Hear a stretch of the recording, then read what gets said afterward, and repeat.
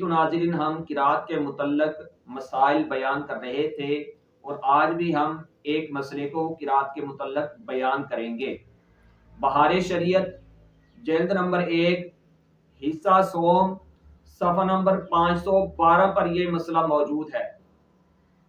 سورتوں کے شروع میں جو بسم اللہ الرحمن الرحیم ہے یہ ایک آیت ہے۔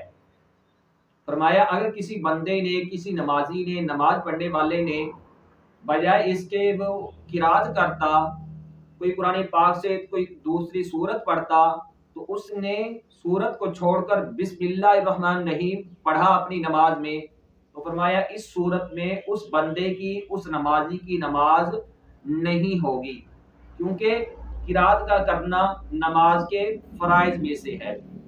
یہ تھا ہمارا آج کا مسئلہ۔ آپ ویڈیو کو لائک بھی کریں، شیئر بھی کریں۔